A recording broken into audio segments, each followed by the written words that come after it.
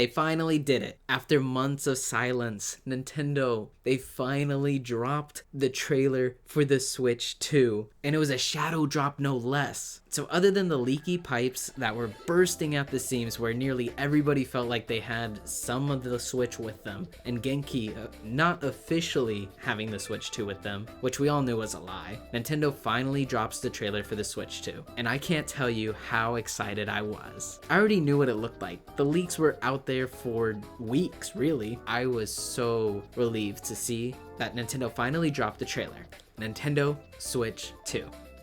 Let's get into it. First and foremost, I kind of was wishing the name was a little more unique. It's clear and concise, which is really important after the Wii U generation, where they just tacked on a letter and everybody was confused with what was going on. But just jumping back into the trailer, at first glance, we see the Switch. Great in all its glory, but it's been around forever. We're ready for something new. And then they move it around with the particle effect fading away, just like they did on Smash Ultimate, breaking free of the constraints from before. It looks so good. And then the Joy-Con, they're changing into getting even larger. Great video, great, I love it. Then we see all the ports and buttons start popping up, and they show you how horizontal you really can have the console this time. Like, it's completely flat. It's pretty crazy, and it looks so great. They have two USBs, one at the bottom, one at the top. Now again, we saw this before, but it just is great to get that confirmation here. Now you can charge it when it's actually tabletop mode. And then when they threw the Joy-Con on the side and they did the mouse thing, they had to have confirmed that the mouse is going to be something we can use that for. There's no way they slid them across the table there and they don't use the mouse feature. We got some more shots of the console and they all just look great. I love how the Switch dock looks a little less covering of the console so you can actually see it a little better. Let's talk about the logo. The Joy-Con and the number 2 alone,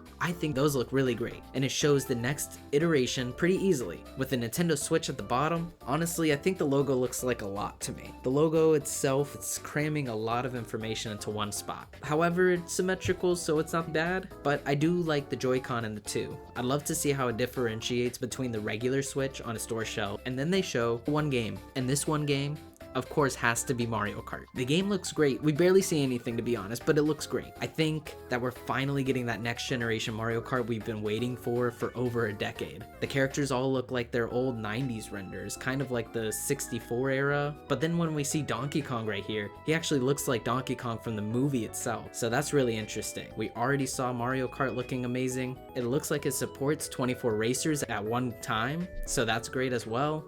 They told us it's coming out this year, so that's great to know. But when, Nintendo, please, you couldn't have just given us a release month, anything? They confirmed the Switch 2 is backwards compatible with physical and digital games, and this is a huge get. There have been so many sales that have gotten me to purchase a game just because it was a low price. The backlog I have is unmatched on the Switch. So having the library already built up and having it digitally already right there from the get-go is great. It means that the digital and physical games are all for the Switch 2 as well.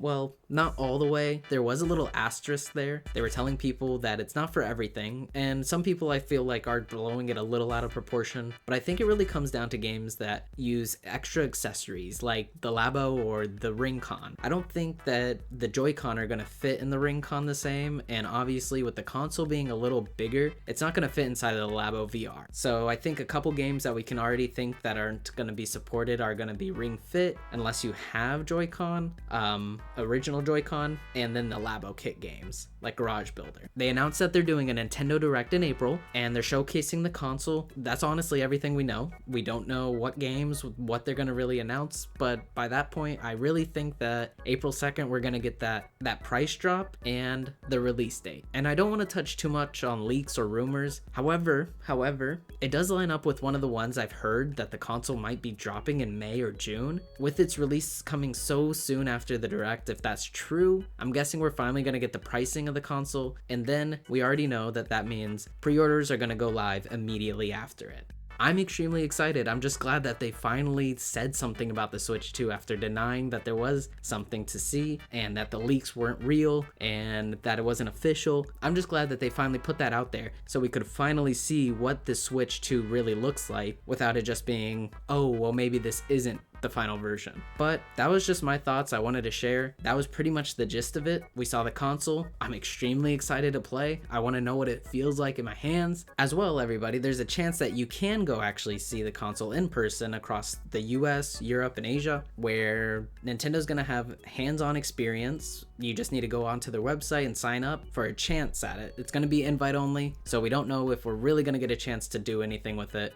But I think it's gonna be amazing to hear what everybody says when they come out of that experience. I'm ready for the next generation of Nintendo. I know many of you are ready for the next generation of Nintendo. April 2nd can't be here any sooner. I can't wait to play the console. I can't wait to experience what's new. Please, Nintendo, don't mess up the marketing here. That's all I have to say. Thanks for watching. Till next time.